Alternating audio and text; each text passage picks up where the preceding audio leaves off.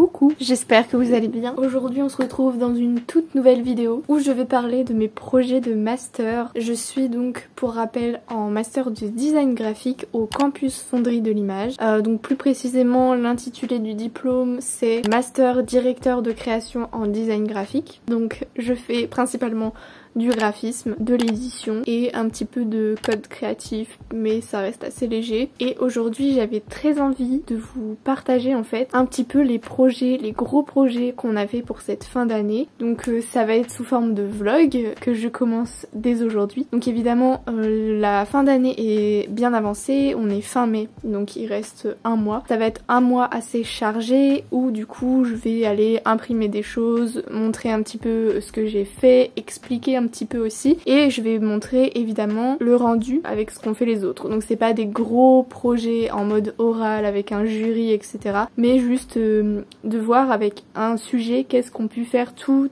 les personnes de ma classe, et voilà, que vous puissiez voir un petit peu en quoi ça consiste ce master, qu'est-ce qu'on peut y faire. Donc on va commencer directement.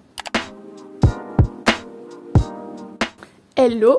Super excitée aujourd'hui parce que je vais aller imprimer mon livre pour la matière édition chez un imprimeur. Ça va me coûter assez cher mais il y aura des belles finitions, ce sera bien fait etc.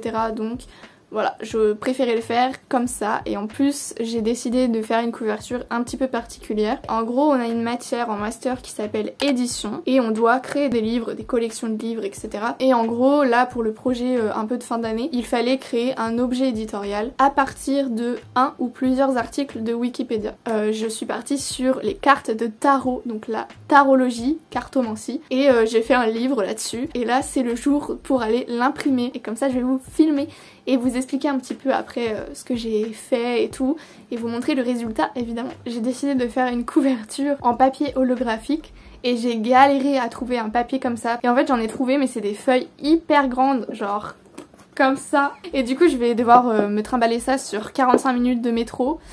Vraiment la totale là.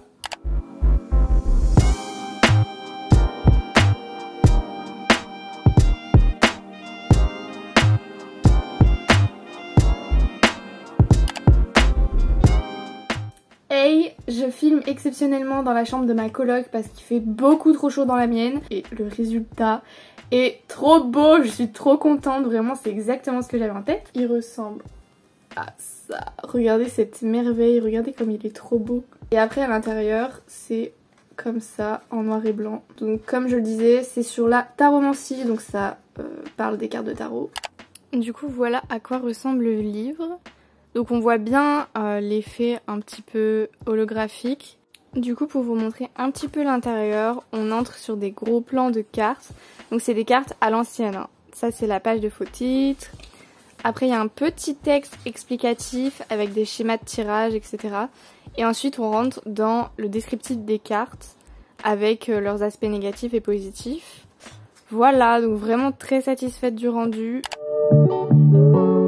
Bon les gars, aujourd'hui est un jour particulier puisque c'est mon jour de rendu. Donc ce matin je vais présenter le livre Taromancie que j'ai réalisé. Je vais vous montrer le résultat de tous les livres qui ont été produits dans la classe. Ça va être super intéressant, j'ai trop hâte de voir le résultat de tout le monde et je vais vous emmener avec moi. C'est parti!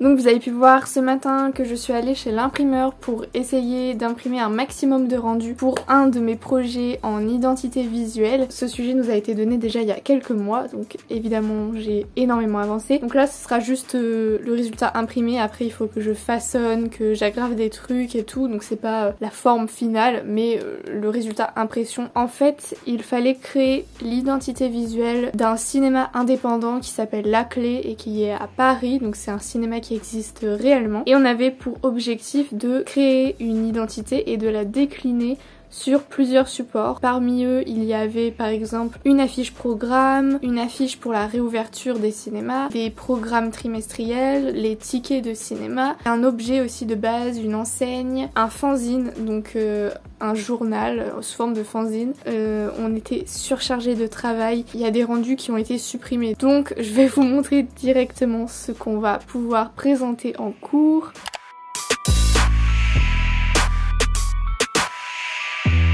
Le premier, c'est cette affiche, donc qui est l'affiche du programme sur 3 semaines. L'important c'était surtout de créer l'identité visuelle, donc choisir un logo, choisir les couleurs, choisir la typographie, choisir aussi des formes qui vont être récurrentes sur tous les supports. L'important à savoir aussi dans ce cours, c'est qu'on a carte blanche. À partir du moment où tes choix sont justifiés, tu peux faire ce que tu veux. Comme moi j'ai décidé de partir sur quelque chose de très coloré avec 6 couleurs récurrentes, de 6 formes qui seraient réutilisables pareil sur tous les supports. Rapide aperçu global de l'affiche.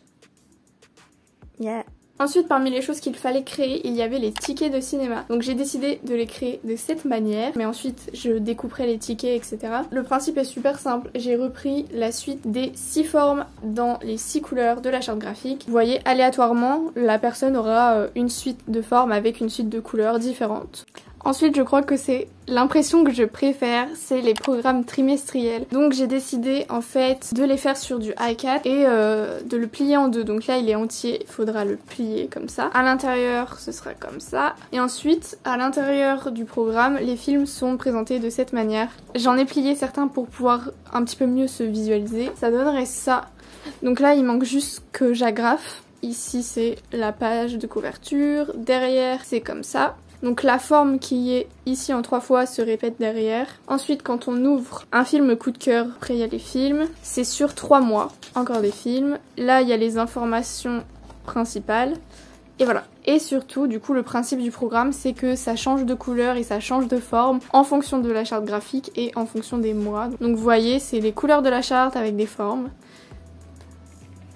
Je suis trop contente, franchement c'est mon truc préféré de toute la charte graphique. Et le tout dernier truc c'était le fanzine, donc le journal. Donc j'ai décidé de l'imprimer sur du papier de couleur de la charte graphique. Et en gros il est comme ça, mais là il est complètement déplié. Le principe c'est que il y a un pliage à faire. Ça c'est juste une version test, normalement le papier il est coloré. Donc voilà, ça c'est la première page. Ensuite quand on ouvre, il y a un article édito en haut, un article en bas. Après hop, ici il y a un autre article. Ensuite ici pareil.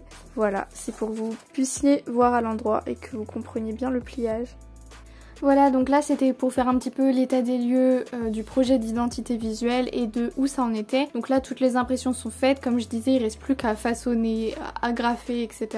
Un tout petit update juste pour dire que j'ai réimprimé mes tickets parce que en fait sur un papier glacé je trouvais que ça rendait pas si bien que ça. Donc au final je les ai imprimés sur un papier couché mais mat et en forme de bande détachable, donc je trouve le résultat beaucoup mieux. Et là du coup je vais essayer de les découper, faire des tests, etc. pour voir ce que ça donne.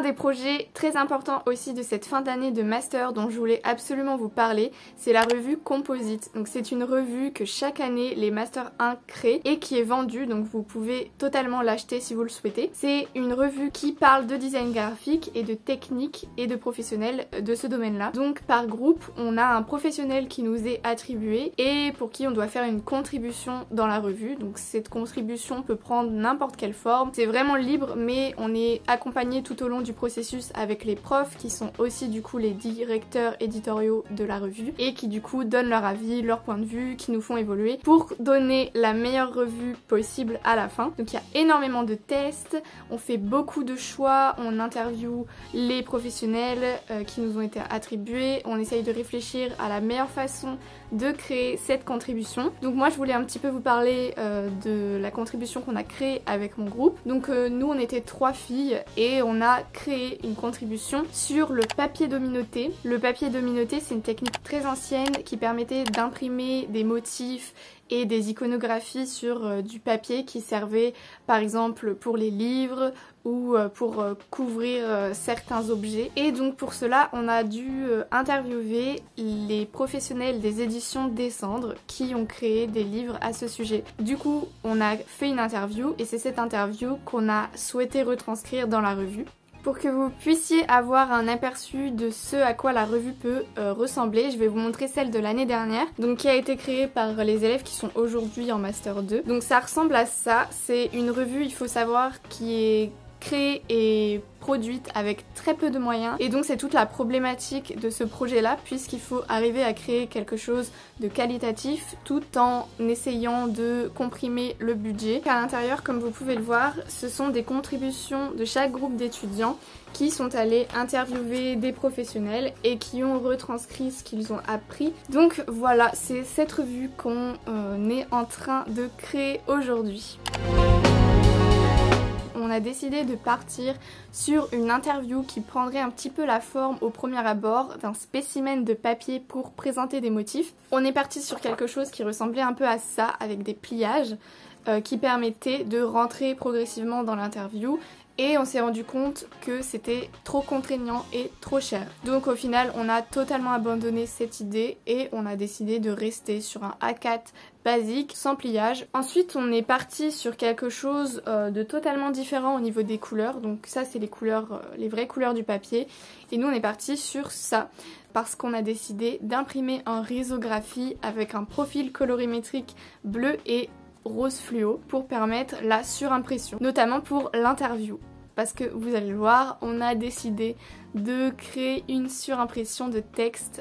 On a fait énormément de texte. Là c'est des tests papier d'imprimante basique avec des couleurs CMJN, donc ça rend absolument pas pareil en vrai. On relit la revue vendredi, ça va être l'étape finale pour pouvoir la vendre. Il y aura toutes les contributions de chaque groupe qui seront rassemblées pour créer la revue finale avec les véritables techniques d'impression qu'on aura utilisées. Donc j'ai trop hâte de vous montrer et évidemment vous allez pouvoir me suivre pour voir tout ça.